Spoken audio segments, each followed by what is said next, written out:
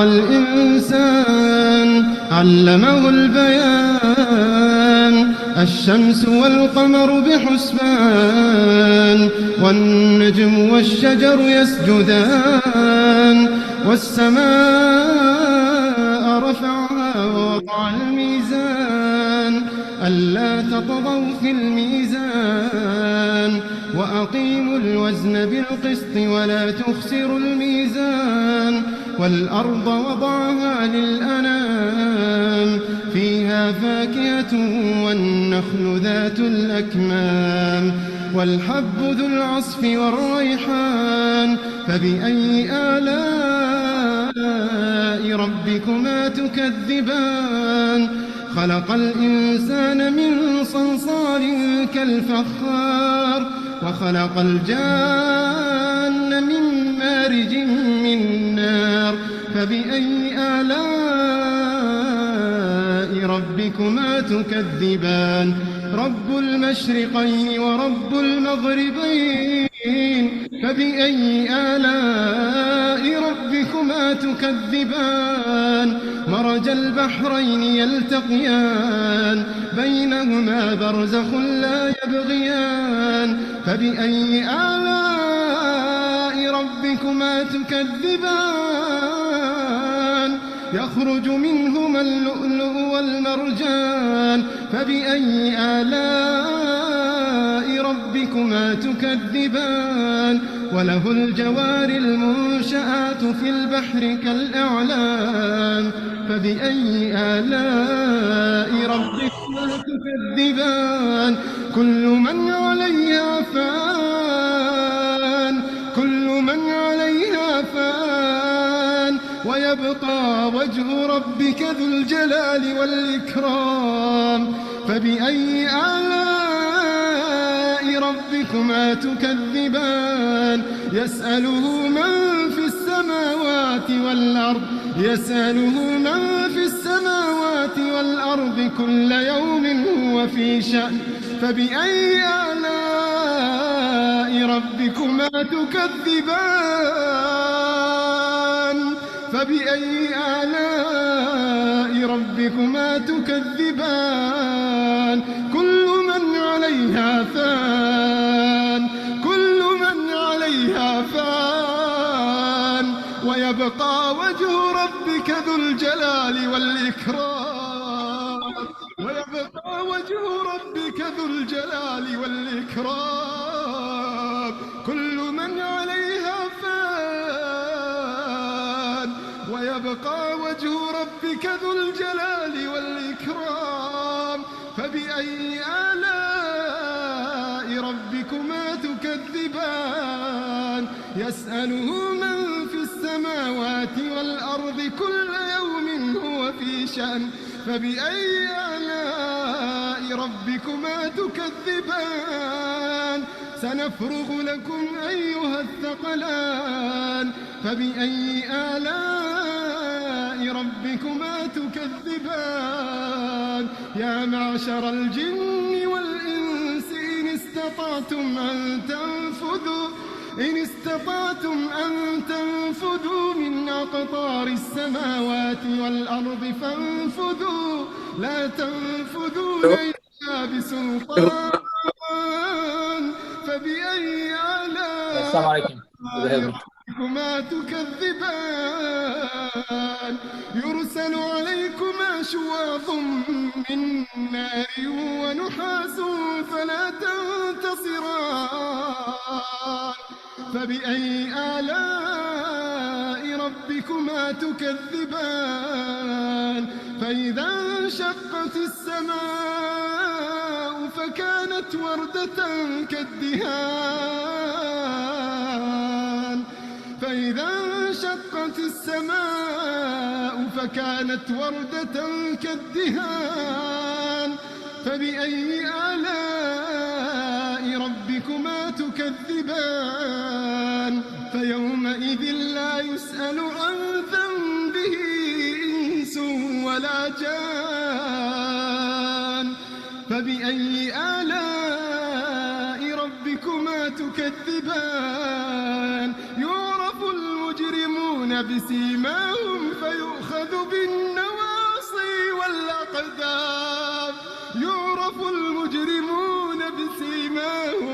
فيؤخذ بالنواصي والأقدام.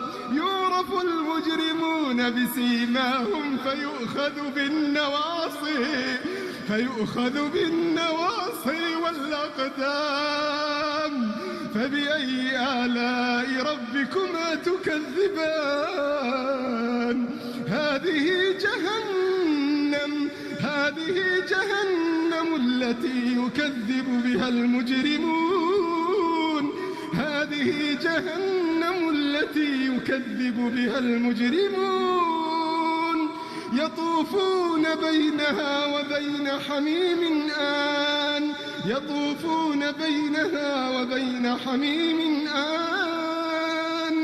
فبأي آلاء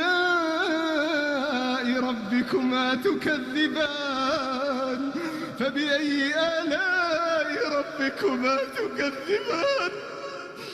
ولمن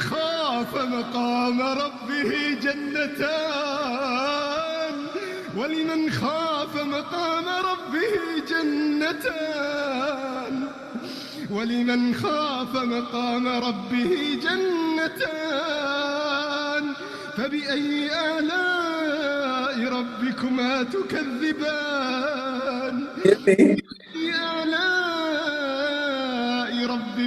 تكذبان؟ ذواتا أفنان. فبأي آلاء ربكما تكذبان؟ فيهما عينان تجريان. فبأي آلاء ربكما تكذبان؟ فيهما من كل فاكهة زوجان. فبأي آلاء ربكما تكذبان؟ متكئين على فرش بطائنها من استبرق وجنى الجنتين دان.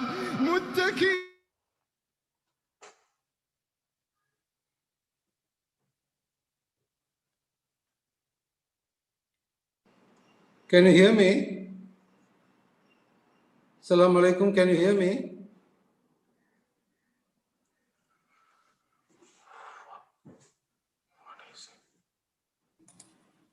Assalamu alaikum. Wa alaikum assalam. Assalamu alaikum. Welcome everybody for the conference today. My name is Faris Hussain. I'm from Charlotte, North Carolina.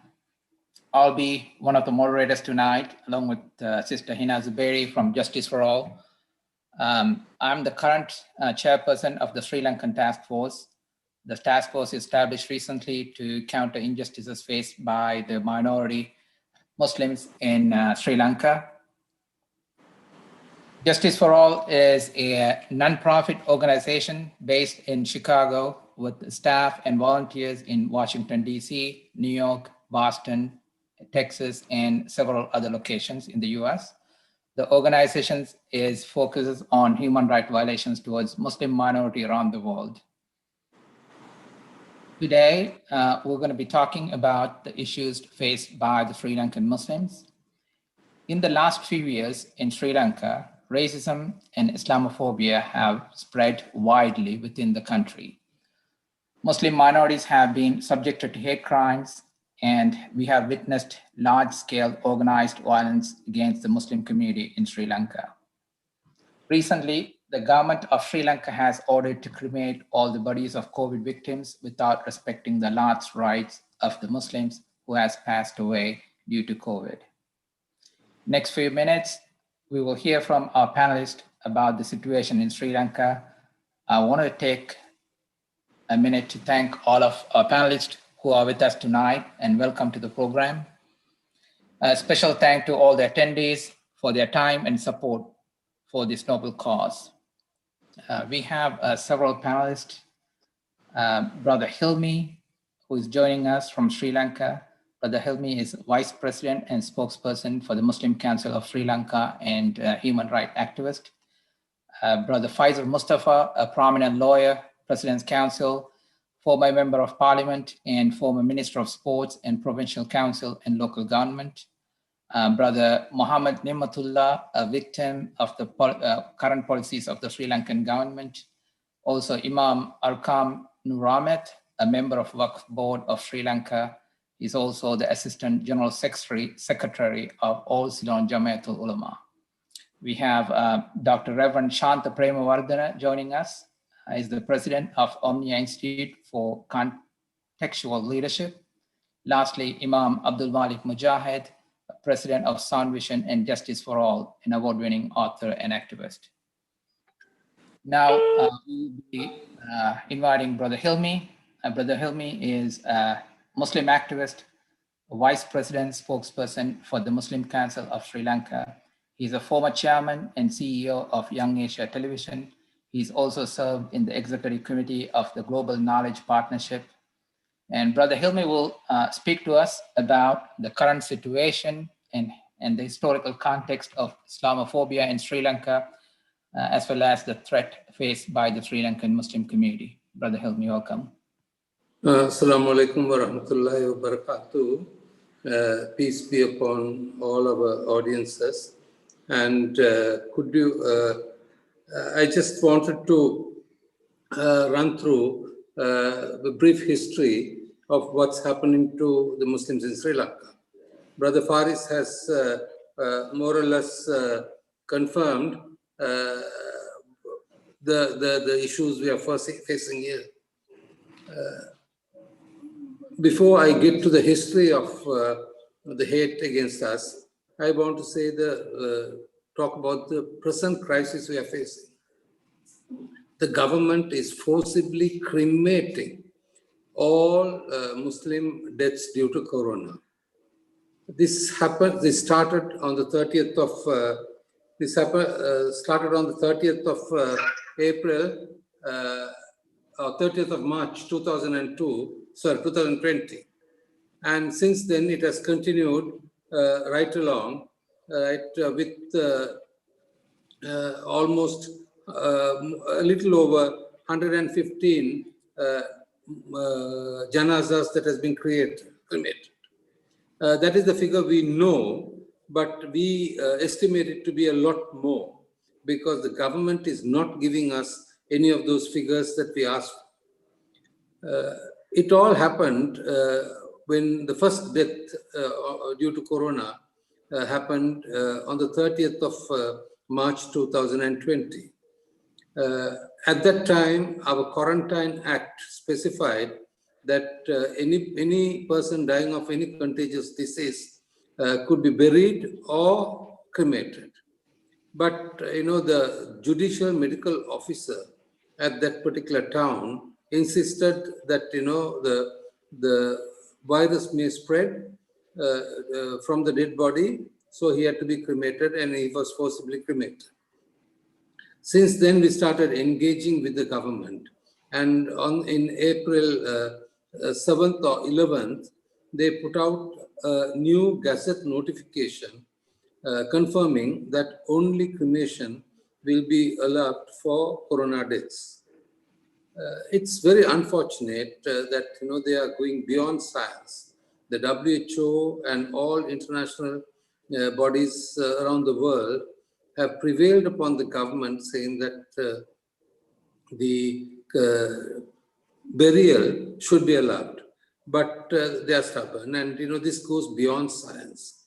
We have been facing a lot of hate against the Muslims, and this seems to be a prelude to what they call one country, one law, where everybody has to follow the same law, and eventually, Allah forbid, we may all be forced to cremate our dead, even people dying of natural causes.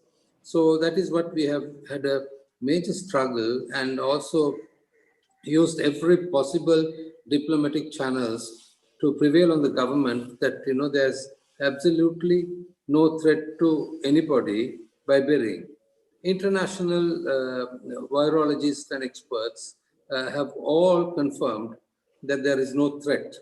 But even one of Sri Lanka's own world-class virologist, Professor Malik Mendis, who actually found the SARS virus when we had the SARS epidemic, right, has very clearly said that there's absolutely no chance of the virus spreading from a dead body, because the virus needs living cells to multiply. So with all this, the government continues to deny us our burial rights. And for us, we are beginning to realize that whether there is an extended agenda to this. I strongly feel some of these extremists in government are trying to provoke our youth to respond. And, they might respond in many ways, they might respond violently. And if that happens, it might lead up to a major riot in Sri Lanka, where the entire Muslim economy would be destroyed. This is our biggest fear today, because if there was any scientific reason for it, the government should have actually allowed or told us that this is the reason why we cannot allow burial. But there's absolutely none. And on the 24th of December, a new committee was appointed at our request to study this and let us know what could be done about this. And it comprised of all the top experts: virology, microbiology, epidemiology, and all the related fields. And they, with all without a single dissent, produced a report which said burial is a safe option, and there is absolutely no reason to force cremation.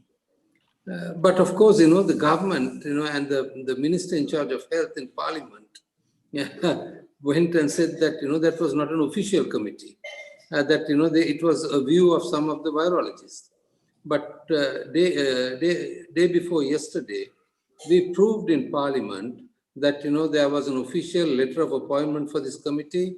There was, and their report was tabled in parliament, and we are yet to see how the government responds to it. This is total misinformation to the general public that this second committee was not official, right? But we have letters, right? Official letters signed by the secretary to the Ministry of Health appointing this committee, and the lady who is heading that is one of the most respected academics and academic and professional in this country, right? So it is very strange, and I am beginning to wonder that this is an ulterior agenda of the government. I would like to, if I still have time, like to go slightly back to the history of what we are facing today. Up to the year 2009, May, Muslims were basically the darlings of the government, because they refused to participate in the struggle which the Tamil LTTE, the Liberation Tigers of Tamil Eelam, was waging against the government. They stood neutral, and they didn't join any of the groups, but the LTTE wanted us to join, and when we didn't join, they expelled every single Muslim from the northern province in 1990. Since then, a lot of them are living in refugee camps. Some of them still do in these places where the government, even though they resettled 300,000 people immediately after the war in 2009, the Muslims were a forgotten lot. And, they continue to suffer. So, and since then, immediately after the war victory, the euphoria of that war victory brought the extremists onto the streets, and they were targeting the Muslims. First, they said that, our halal certification should be banned. Muslims should not have any kind of halal certified food. Of course, it doesn't matter much to rural people, and if we had our lifestyles as before, but with the supermarket culture and everything and packaged food being available to the Muslims, it was absolutely necessary that we needed halal certification. So we put up a strong fight, and then they refused. They wanted the All Ceylon Jamiat Ulama, who were actually the accredited halal certification authority, to give that up, and they didn't want any religious people involved. So we set up a private company that would provide halal certification, and mashallah, it still goes on, even though there are a lot of threats to them, and also from these extremists. Having when they finished the halal battle, they went on to sort of talk about our madrasas, our education, our schools, and it has been a continuous hate campaign by a group of extremists, and they had basically the support of the government, or governments, I would say, and they were able to operate with impunity. There was nobody charged, nobody has been indicted, nobody has been imprisoned for all the violence that has been cast on the Muslim community. We have had major riots in a place called Alupgama. Then we had another one in a place called Ampara, and another one in Vigana. It's in the central part of the country. And we had, the last was after the 21/4 bombing, or suicide bombing, in a place called Minuangura. Now, the 21/4, even though it was done by a group of misguided Muslim youth, there's absolutely no Islamic cause for that. We have never had any problem whatsoever with the Christians in this country. That we have lived in, and in fact, we have together fought some of the battles against the government. But suddenly, the Christian churches were targeted. And to this day, with all these commissions that they have been set up, they have not been able to identify any Islamic reason. And I must say the supposed to be leader of the suicide bombing squad, right, has been an intelligence operative of the Sri Lankan government. So there is deep suspicion whether he was carrying out a government agenda. Because, and also there has been a lot of geopolitical reasons to destabilize Sri Lanka. India on one side and China on the other, and Israel is very active in Sri Lanka. So we are still not able to understand the root causes for this, but there is deep suspicion that it was merely a political agenda and nothing to do with Islam. Thank you, Brother Hilmi.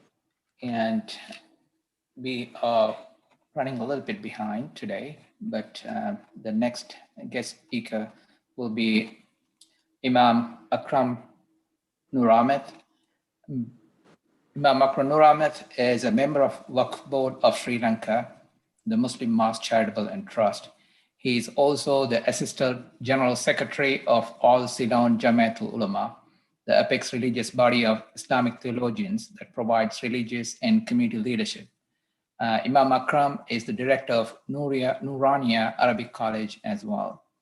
He will brief us on how the Muslim community as a whole handling the issues and what has been done by the ulamas and religious body in Sri Lanka, and also issues related to youth and how they are affected due to the government policies. Sheikh Akram Nur Ahmed. Please Assalamu welcome. alaikum wa Walaikum Thank you salam. very much. Thank you very much. And I would like to apologize for joining you guys a bit delay. The timing was a little of an issue. Anyway, Bismillah ar-Rahman ar-Rahim. Alhamdulillah. Wa sallallahu ala nabiyyina Muhammad wa ala alihi wa sahbihi ajma'in. Amma ba'd. It is really sad the challenges or the issue that we as a Muslim community in Sri Lanka are facing at this moment.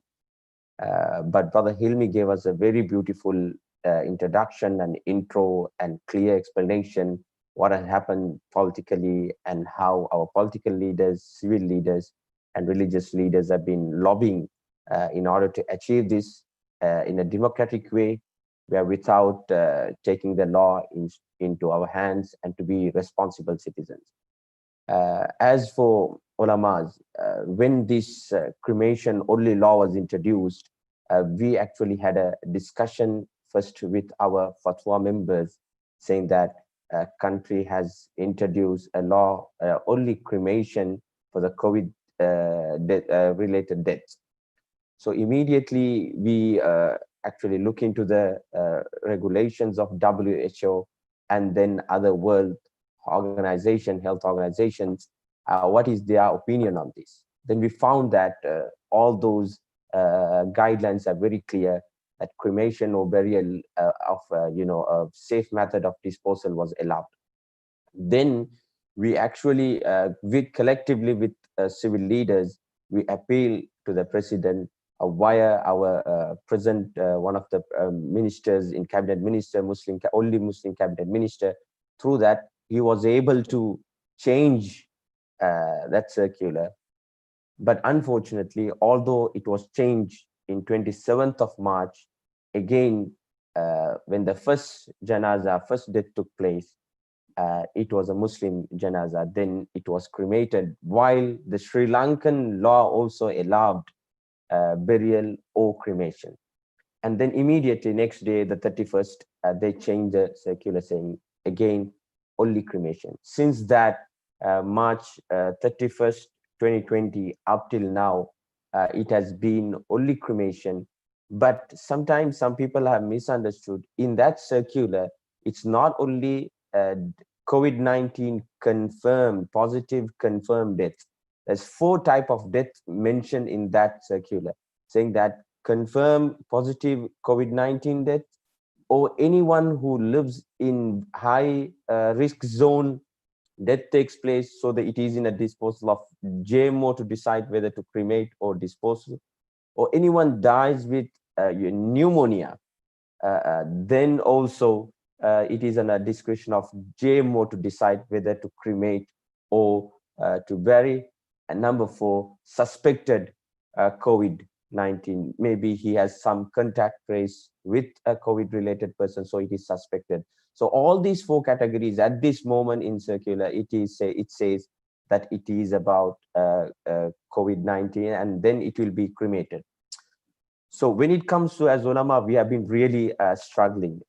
We as Jamiat Ulama and many religious bodies were forefront in working with the civil society and political leaders on, whenever there's been problem. But when ulamas are coming out publicly and louder, then we see the animosity, the hatred of, extremist group are increasing. So based on that, we decided on this cremation matter that we will be working with our civil leaders and political leaders behind the scene. But we have continuously appealed and request the authority that they should, change this law, they should change this policy. Black Brother Hilmi has very clearly explained. It is really unfortunate. Our youngsters are really frustrated. So one of the greatest responsibility placed on ulamas at this moment is calming our young, youth to be calm, because they're really frustrated. They feel that, maybe this country doesn't belong to us. They are not feeling so loyal to the country. It's really frustration. Recently, there was a death took place where a very prominent person, when he passed away, his own children crying, and when you see the situation, emotional struggle that the community is going through, especially the youth, and we have the fear that it is a agenda, or it is done so that our young talented youth will be frustrated, and then they may do something stupid, so that will affect the entire Muslim community. So it will help whoever is behind it. Definitely we can see the government is keeping quiet, and there have been reason for it, so they have some ulterior motive by doing this up till now.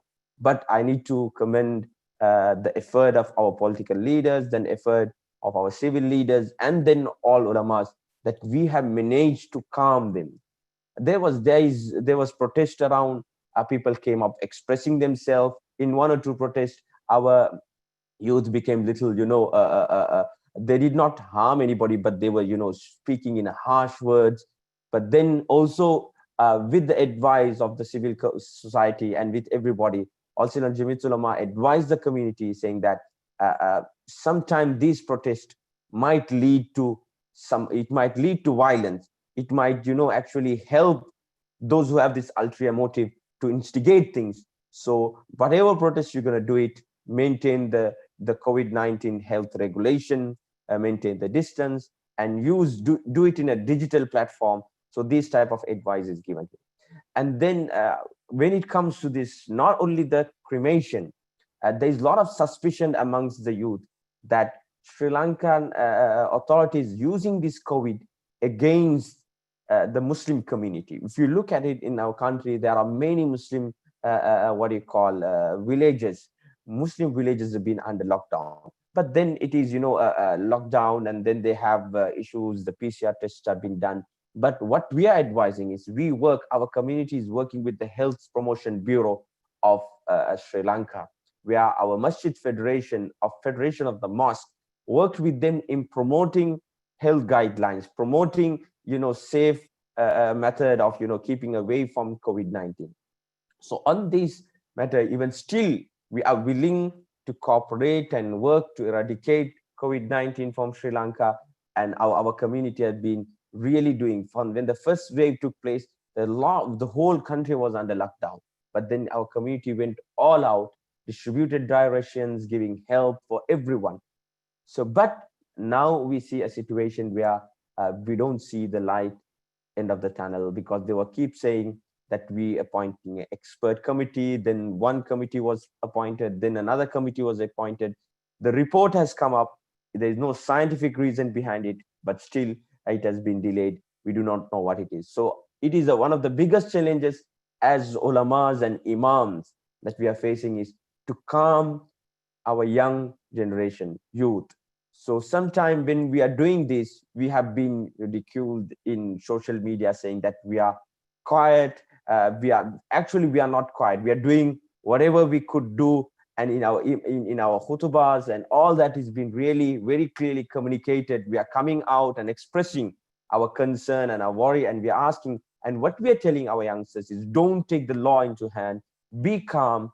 If what you do, you go to the Human Rights Commission and lodge a complaint and express that you are against this, and express your hurt, express that you are being, your fundamental right has been taken, but don't become violent. Don't allow others to use you for their own agenda, because we know what happened after the Easter attack, that one small group, and even we believe that it did not benefit the Muslim community. We didn't have we did had issue like what Brother Hilmi said.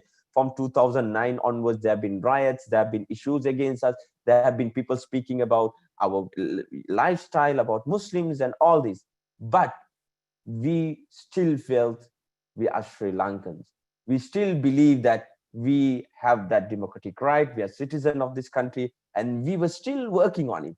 And even at this moment, we are still hoping that authorities will realize and they will give a listening to us, because we as Muslims in this country have contributed, immensely. If you look at it from, more than 1,200 years we have been living. Recently, we celebrated, one of the oldest mosques in Sri Lanka, 1,100 years old mosque was actually 1100 years of the anniversary was celebrated. So we have been living here peacefully without hurting anybody. But as Muslims, yes, our lifestyle is different, but we had no malice ulterior motive of taking over this country economically, or any different way, in conspiracy way, to take over this country. We have been just living peacefully, so we want to live peacefully with all our fundamental rights and religious rights. So but it has been a really challenging for all the ulamas and imams, and especially even for also on Jamiat Ulama. As assistant general secretary of it, we have been facing many issues, and there is a lot of effort taking place to destroy our civil leadership, religious leadership, and even our political leadership, who is actually holding this young group from extreme activity. Like Brother Hilmi said, we are really doubting that there is, geopolitics is very strongly playing India, China, and Israel. So at this moment, as ulamas, we are trying our much as possible to keep our community calm and say that we have been oppressed and Allah is with us, and this oppression will not continue. So this is what we are saying. When we oppress, there is a inshallah, definitely we will be, Allah's help is with us, the angels are with us, and we are calming them. And we are saying, even Allah subhanahu wa ta'ala protected Ibrahim alayhi salam from from the fire, then Allah can do wonders. He protected Isa alayhi salam, Jesus, and he elevated him, and so he can do wonders.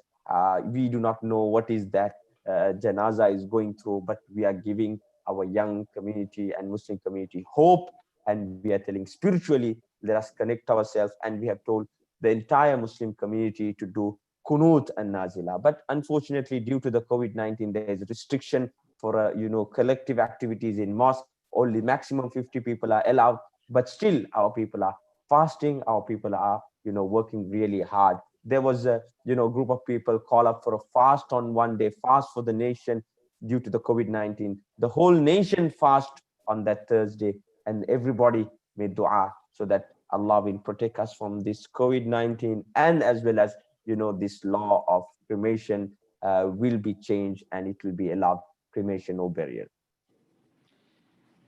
Thank you, Sheikh Akam. We really appreciate your insight so far, and we will be moving on to our next guest. The next guest is we're going to invite in Brother Mohammed Ni'matullah. Is joining us from Colombo, Sri Lanka. He is a merchant in one of the main markets in Colombo. Since March 2020, due to lockdown, he was forced to shut down trading. His wife recently passed away due to COVID. May Allah grant her the highest place in Jannah. Brother Ni'matullah will share us his personal story with us tonight. And please welcome Brother Ni'matullah.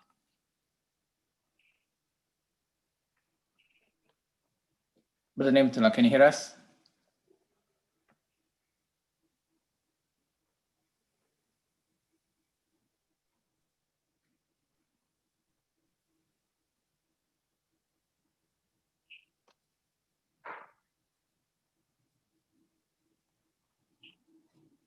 Internet slow.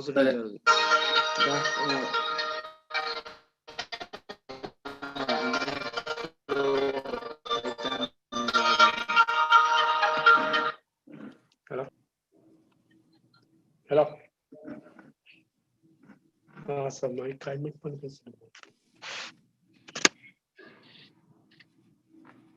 Can you hear us, Brother Ni'matullah?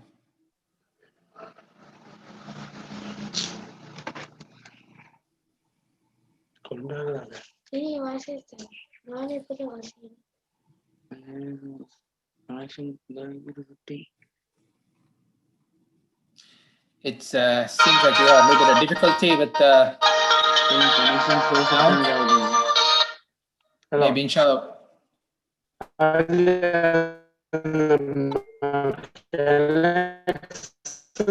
ஸ்லோவான இதாகுது இல்ல அதான் கேக்குதா பேசட்டும் பேசு சரி, கேக்குது. இப்ப அவங்க பேசுறது கேக்குது இல்லைன்னு சொல்லுங்க. அவரு கோல் அடிச்சுட நான் லீவ் ஆகிட்டு மறுபடியும் ஜாயின் ஆகிறேன். நீ பேசுறோன்னு கேக்குது இல்லைன்னு சொல்லுங்க. Why don't you go ahead, Faris, with the other But speaker? Assalamu alaikum wa rahmatullahi wa barakatuh. This is Sister Henna. And while we're getting the audio set up for Brother Nimatullah, let's introduce Reverend Shanta Premawardana. And the Reverend Dr. Shanta Premawardana is the president of Omnia Institute of Contextual Leadership. Originally from Sri Lanka, he served as the director for the program Interreligious Dialogue and Cooperation at the World Council of Churches. Thank you so much for being with us today. Please go ahead, Reverend. Thank you. Greetings of peace, everybody. I am very glad to be with you. I am so sorry to be late. I got the email with the connection on a email address I don't usually use. So I didn't notice that until just now. So, but I'm glad to be here with you. I'm originally from Sri Lanka, as she said. I live here in Chicago now in the United States, have lived here for a while. I work with people of many different religions, but my partnerships and relationships and friendships with the Muslim community is very strong. It's gone a very long time. You all obviously know Brother Malik Mujahid. He's been my friend and brother for the longest time. We've worked together for at least 20 years now. So it's been a very important relationship that we have. I don't represent any Christian groups. My organization is a interreligious organization, although I used to represent Christian groups. World Council of Churches, which is the largest Protestant and Orthodox Christian organization in the world, had me as their director for interreligious dialogue and cooperation for many years, about 10 years ago now.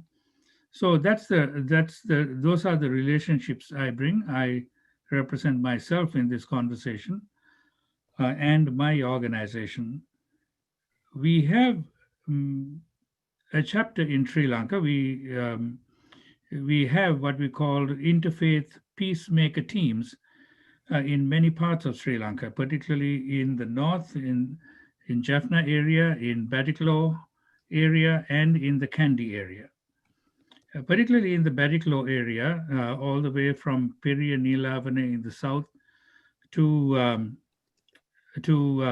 Valachine, north of Badiklo, as you all know, is a very strong, large Muslim community. And so much of our work revolves around relationships between Muslims, Hindus, and Christians who live and work in that area. Of course, it's not only there, but in the Kandy area, we have many Muslims who participate with us as well. So the question around cremation of Muslim bodies is a very serious one. It not only speaks to the particular question that is in front of us, but the question of discrimination that Muslims have felt for a long time. It is probably not a surprise to you that with the rise of extremist Buddhist movements in Sri Lanka over probably the last 30, 40 years, I would say from about the 1980s onwards, we've had that. First, it was violence against Christian communities. These were Christian evangelical communities that were there. And then, of course, it quickly shifted to Muslim communities. And with the rise of Buddhu Balasena and such extremist groups within the Buddhist community, we had a lot of violence take place. I'm particularly mindful of the village of Digana near Kandy, where we have some of our work going on. We have some of our teams there. And I've been there and met people immediately after that I want to call them pogroms, which is really what they are. They are oppression and violence against particular communities in their villages, and therefore the burning of mosques, burning of businesses and houses, but also injuring and killing of Muslim people has gone on now for a while. I think about the cremation story as a continuation of the same kind of problem that has been going on for this longer time. But of course, this time it comes through the government sources. I don't, for the life of me, understand why this is important, because the scientific community, WHO, and so on, have said that cremation is not mandatory, shouldn't be necessary, because burial or cremation are both acceptable forms of disposing of bodies. So the only explanation that I have for the situation is that it is in the same trajectory. It's not just Buddhist extremists that are doing it now, but it has now spilled over into the government as well. That is the only explanation I have for that, which of course there is no excuse. And what I want to say to you is that that violence against any community is violence against all of us. Discrimination or harassment or deprivation of religious freedom of any one community affects all of us, because we must, and particularly those who are in minority communities in Sri Lanka, must stand in solidarity with each other. And that is the one thing that I can pledge to you, my solidarity with you, but also my organization's solidarity. There are many Muslim leaders that are a part of our network in all these places, particularly in Kandy and Batticaloa. And I think I want to say that the Christians in the group and Buddhists in the group, Hindus in our groups, in our organization, would want to stand in solidarity with the Muslim community at this time. I thank you for the opportunity to be with you and share with you these few words. Thank you very much, and I wish you the best for this year.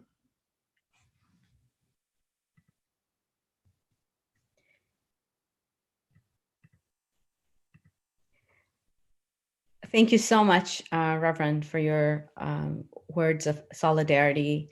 I would now like to ask if we could get Brother Nematullah back on.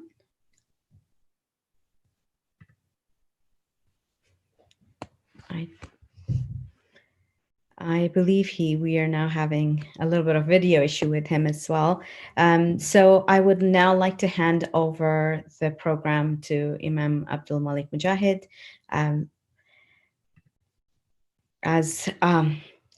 As you all know, Imam Mujahid is the president of Sound Vision and the founder of Justice for All. He's an award-winning author and an activist and mentors to many of us who are on this panel today. Imam Mujahid. Assalamu alaikum. Peace be with you. Thank you so much for joining us. Human rights is a very important area because it deals with our lives. Human rights and human lives are connected with each other.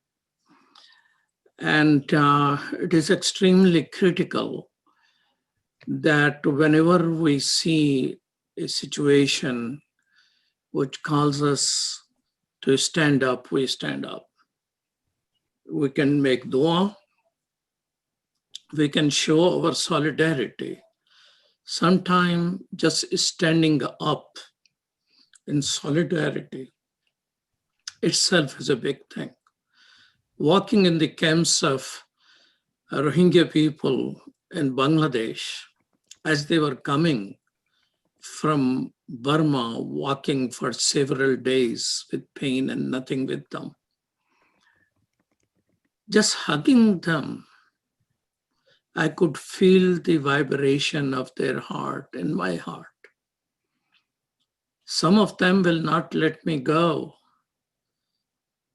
for something which looks like several minutes because they felt the solidarity. So my request to all of you at this moment is, Muslim community simply doesn't know what our brothers and sisters are going through in Sri Lanka. It has not started yesterday, and it will not end tomorrow. They have been subject to Islamophobic, hateful push for a while. Actually, it was the New York Times on October 15th, 2014, which wrote an editorial, Deadly Alliances Against Muslims. And it has conversation about extremists in Burma, extremists in Sri Lanka, collaborating with extremists of India. And all these three parties are in power now.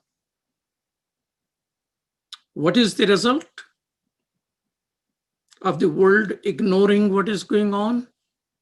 Muslims not paying attention to what is going on. It took us several years to bring attention to what was happening in Burma, because masjid after masjid, people after people simply will not listen to us. I only wish they have listened to us early enough. We might have been able to do more before the final solution arrived in Burma. So what happened in Burma after 2014? Well, a complete final solution took place. All Muslims wiped out from their indigenous land and from their ancestral land. Now the genocide, of course, we took the case to ICC, it is an ICJ, and the research and the work which we did of the interviews of 168 victims on documented, properly done with legal advice, it is being used in ICJ and ICC. But genocide did take place. Now there is genocide watch in India about Assam and Kashmir. And they're not talking about rest of the Muslims whose mosques are being demolished, who are being lynched, who are being accused of the Kurd jihad and the rest of the things. And now we see in Sri Lanka. So that editorial in a way was quite prophetic about what is happening, and it is happening now. So it's a wake-up call. So I am so thankful to Sri Lankan Muslim leadership who is bold enough, courageous enough to take a risk of speaking out on what is happening. May God Almighty protect you. May God Almighty save you. May He give you wisdom so you are able to, I keep hearing from each one of you about youth, youth, and youth. I know a level of impatience is there among youth, but if they will hear you, it is for their benefit and the benefit of whole Sri Lanka. Sri Lanka cannot afford another civil war. Sri Lanka cannot afford to annoy a good part of its own population. As Imam here mentioned, first mosque was built 1100 years ago. That's our history. So those of you who are from America, as most of you are here, while they are courageous, I want to know, are you part of the ummah enough? The last word of Muhammad sallallahu alayhi wasallam were ummati, ummati, my ummah, my ummah. While we are thoroughly American, being American requires us to be courageous in connecting with the society, open towards our neighbors, making dua for them, at the same time working on better foreign policy. So our money, our tax money, is used to save lives. And when we give out these aids to people, support the Sri Lankan government, at the same time, we keep bringing up issues which are important for Sri Lanka to restore human rights to all people. This is the work which we are doing since 2014. We have spoken to all the top leadership in the State Department, and they in turn, once I even, after a memo, I texted to ensure that it is being talked with the foreign minister of Sri Lanka, and I got text back, we are right now, Secretary of State Pompeo and other people are right now in the meeting, and your points are the one being discussed. So whatever we have learned working on other human rights causes, we're trying to use on other human rights causes which Muslims face. While working on it, Muslim will learn to become good neighbors and good citizens. And without being a good neighbor and good citizen, we cannot be a good Muslim. Thank you so much, Sister Hina, and thank you so much, Brother Faris. Assalamu alaikum. I think Jazakallah khair, Imam. And I believe we have Brother Nematullah on the line again. And it's very imperative that we hear directly from the most impacted, the people who have lost their family members and suffering double trauma of cremation and losing a loved one to COVID-19. Brother Nematullah.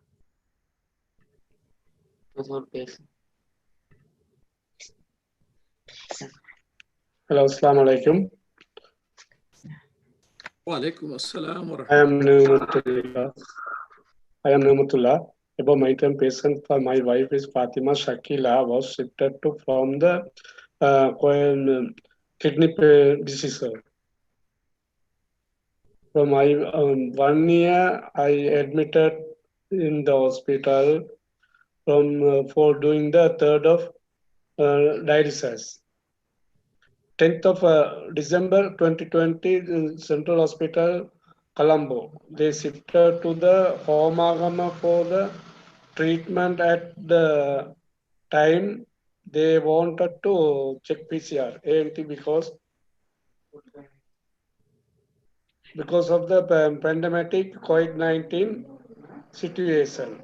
With 45 minutes, we are received the PCR positive. For the they are itself, we had a debate on this situation. Then one way they admitted to the treatment for COVID-19, also under the self of quarantine for 14 days.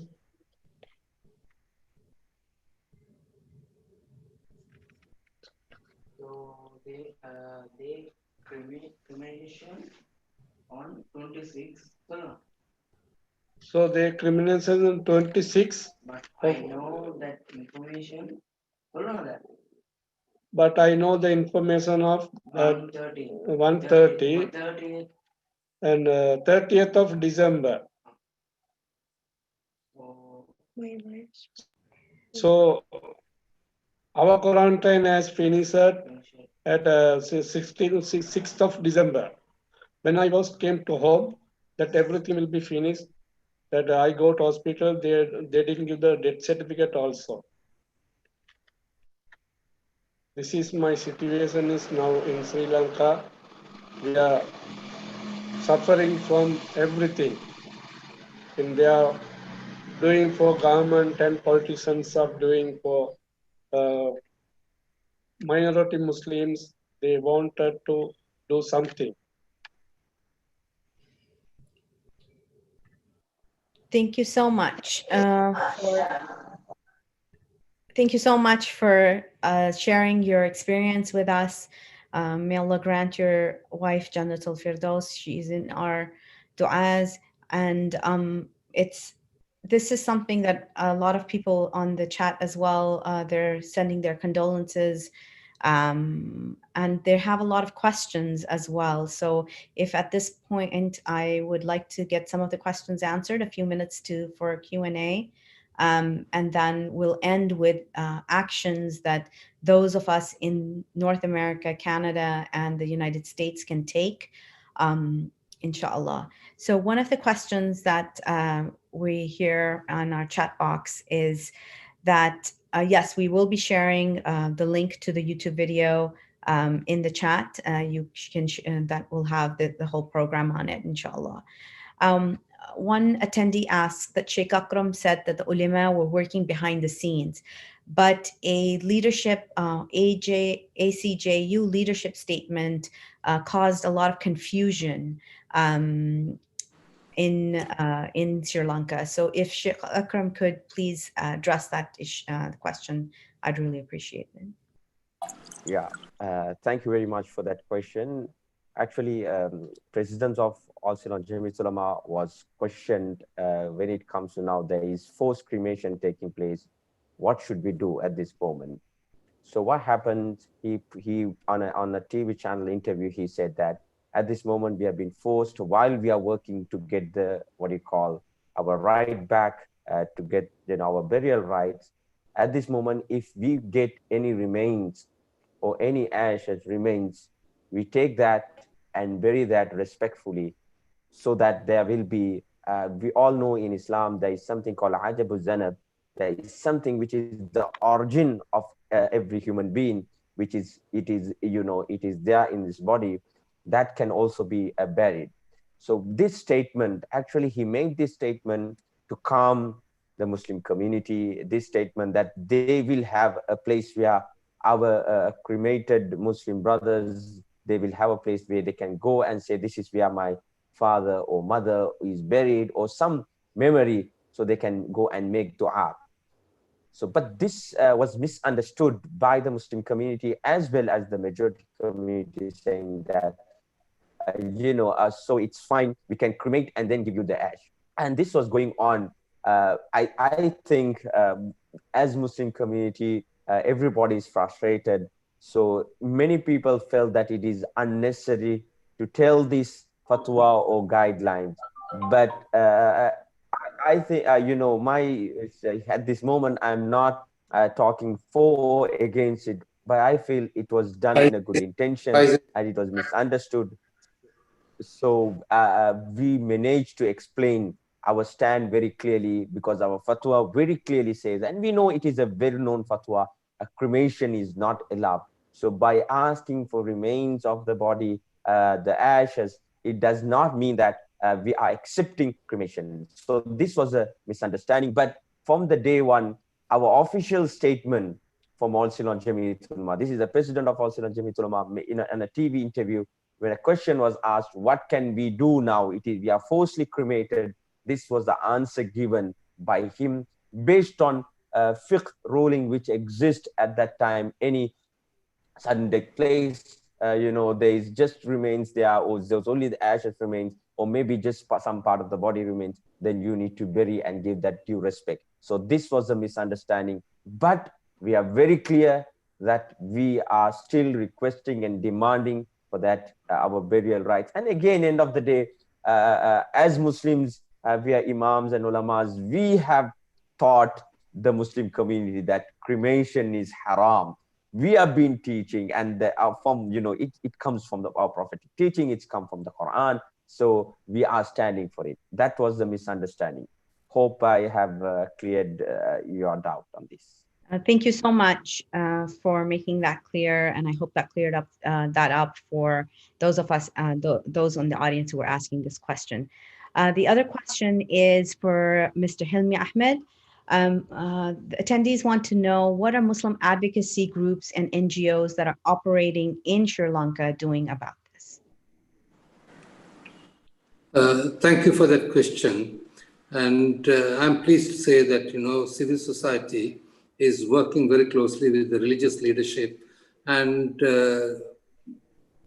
almost on a daily basis, engaging the government, and on one side, and on the other side, we are using whatever resources available to reach out to the Muslim population and keep them calm. You see, our biggest priority, more than even cremation, is to ensure that our youth don't do anything rash. Because as for me, I think that seems to be the agenda of the extremists in the government. They need to provoke something which will make our youth violent, and then they will use that to cause riots and finish the Muslim economy. That is probably their target.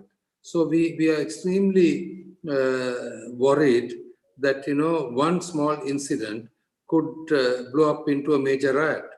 We are also worried that some elements, right, amongst the Buddhist extremists might also go ahead and do some damage to a Buddhist statue or something like that, and precipitate a riot. So we need, we are all alert and trying to do our best, more to reach out to the Muslim youth than anything else anything else we have ever done before. Thank you, Brother Hilmi. We really appreciate you answering these questions. And we do have another panelist. We want to invite him next, Brother Faisal Mustafa. Brother Faisal Mustafa is a prominent lawyer and President's Counsel, a former member of Parliament, and also former Minister of Sports, provincial councils, and local government. He was in Parliament in Sri Lanka for 15 years and retired in 2020 to continue his legal practice. He will be briefing us on the government policy on COVID deaths, and also why the government is sidelining the expert opinions and continuing with the cremation. We also hear from him about the cases that he has filed on behalf of the victim's family. Welcome, Brother Faisal Mustafa.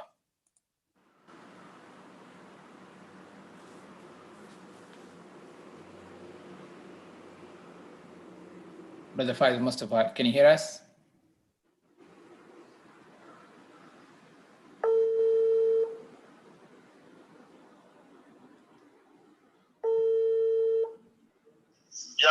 Unmute your microphone and speak.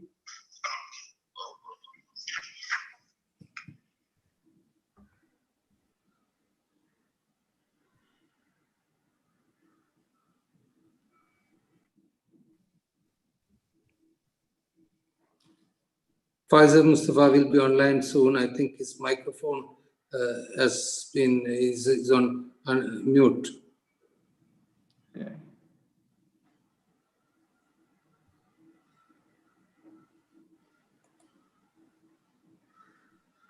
Assalamu alaikum. Oh, thank you. Can I be heard? Yes, we can hear you now. Go ahead. I think the Muslim community is going through a very difficult time. In fact, I've been working on the legal side. We filed a fundamental rights application with regard to the forced cremation. Unfortunately, the Supreme Court 2-1 held against us. But then recently there was another death of a 20-year-old child, which caused a lot of hurt in the community. And we filed another petition also on the basis of inhuman and degrading treatment. Inshallah, that case is to be taken up hopefully next week or week after. That is where a 20-year-old child was separated from the parents on the basis that the child had COVID and the mother did not. And they were also on the forced quarantine after that. And the mother was not even able to breastfeed the child. So this has left a lot of hard feeling in the community. And also on the legal front, we feel that there is no scientific basis to not to permit burial. So inshallah, we feel that we should be able to succeed in court. So let's hope for the best.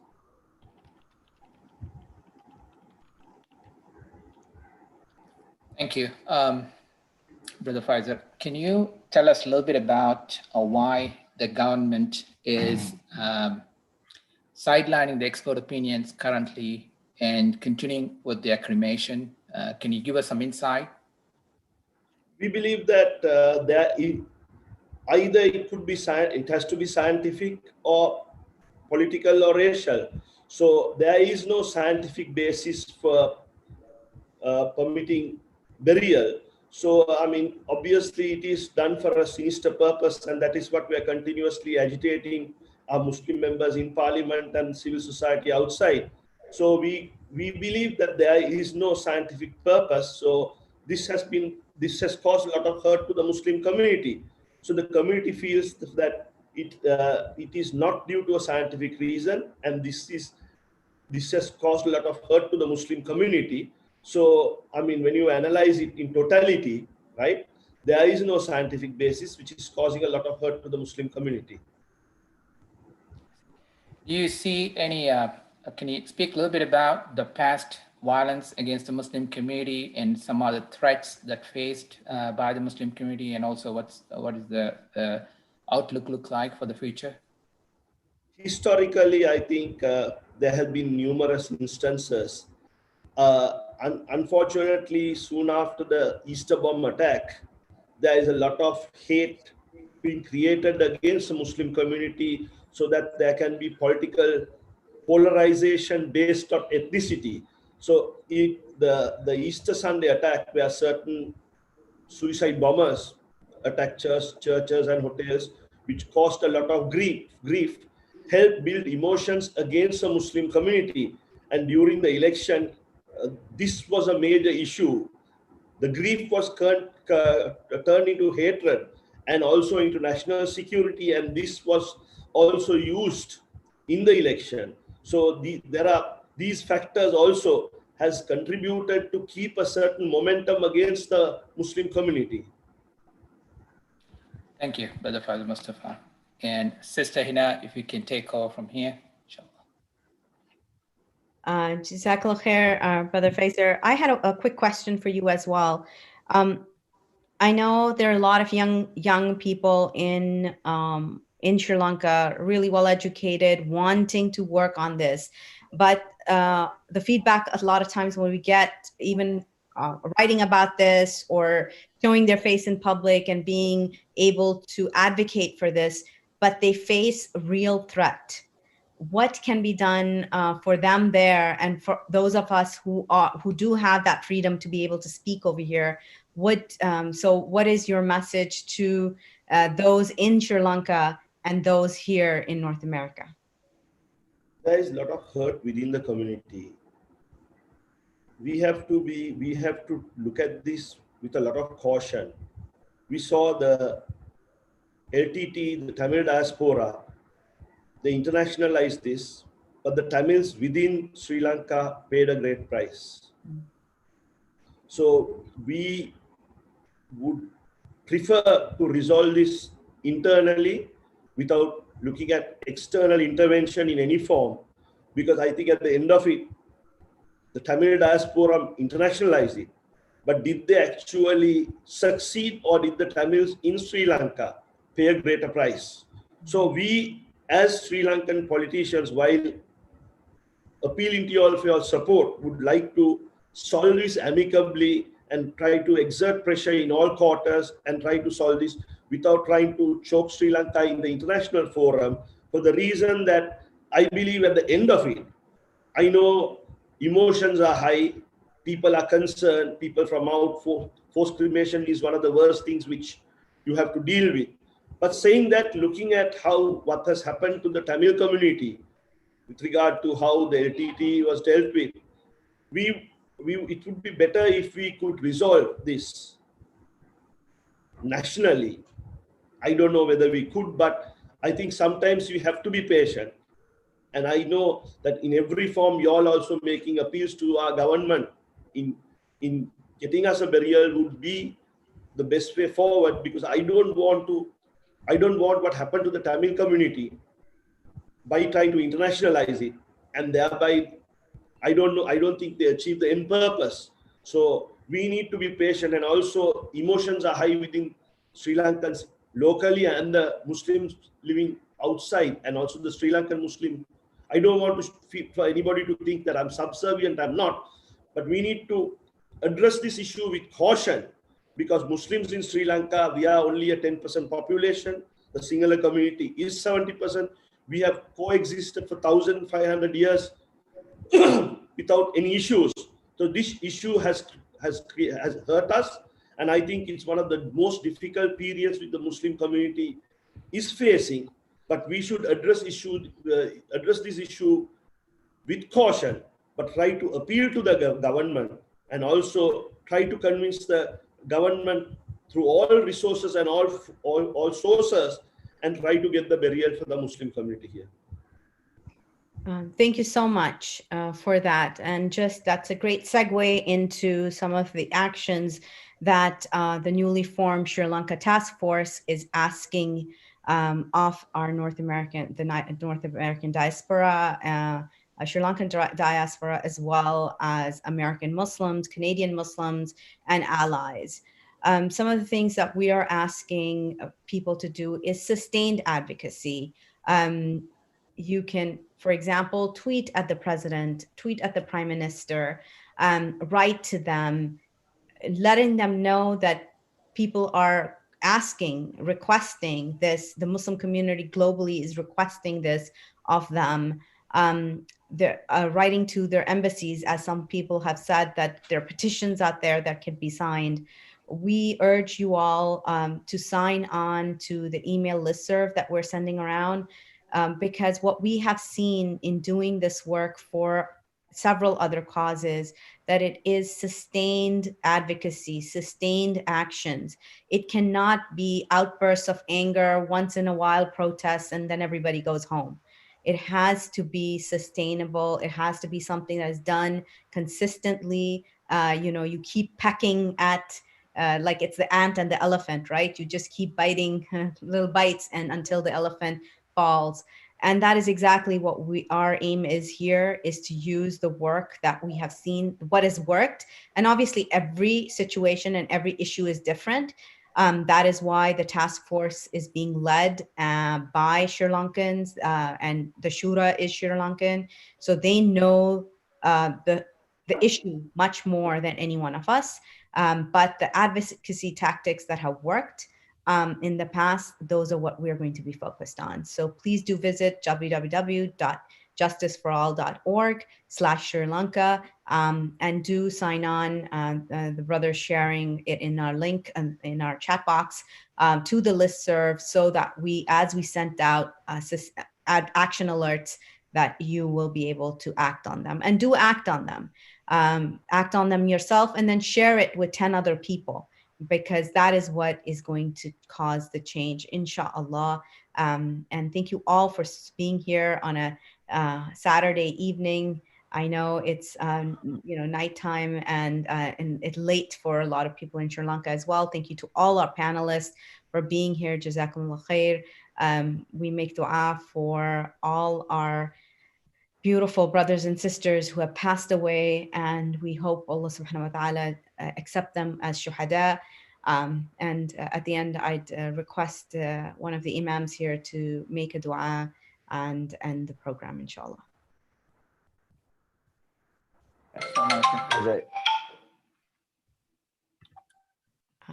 As an imam in Sri Lanka, I would like to thank the organizers creating awareness, and sister very beautifully said about sustained advocacy.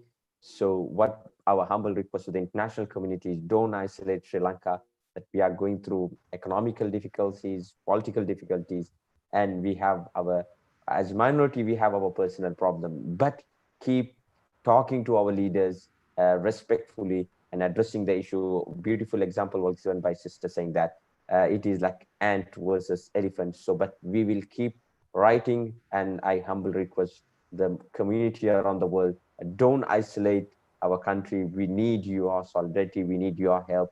Muslims, Sri Lankans, and all, we are going through a difficult time. I think we can overcome this, and may Almighty Allah accept all of you, and may Almighty Allah grant success in all of it. Can I also add something? Can I add something? Can I also just add some? Hello. Go ahead.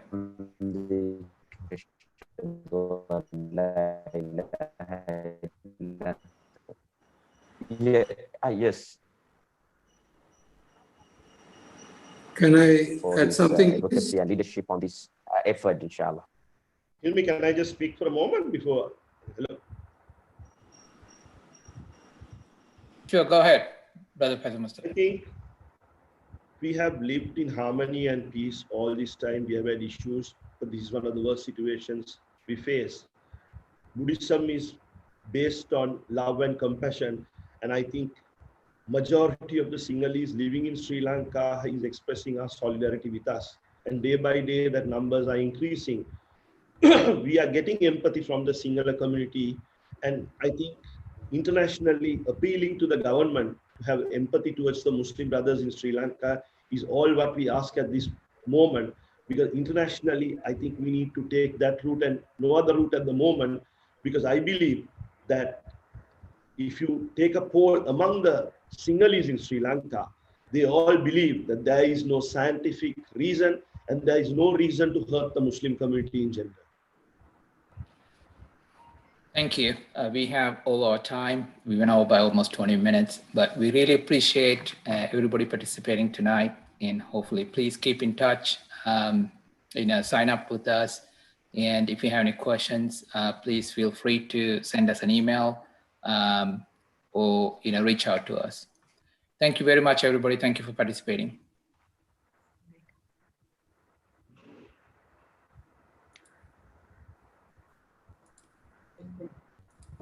سبحان السلام ربك عليكم. رب العزة عما يصفون والسلام على المرسلين والحمد لله. وعليكم السلام ورحمة الله وبركاته. عليكم السلام.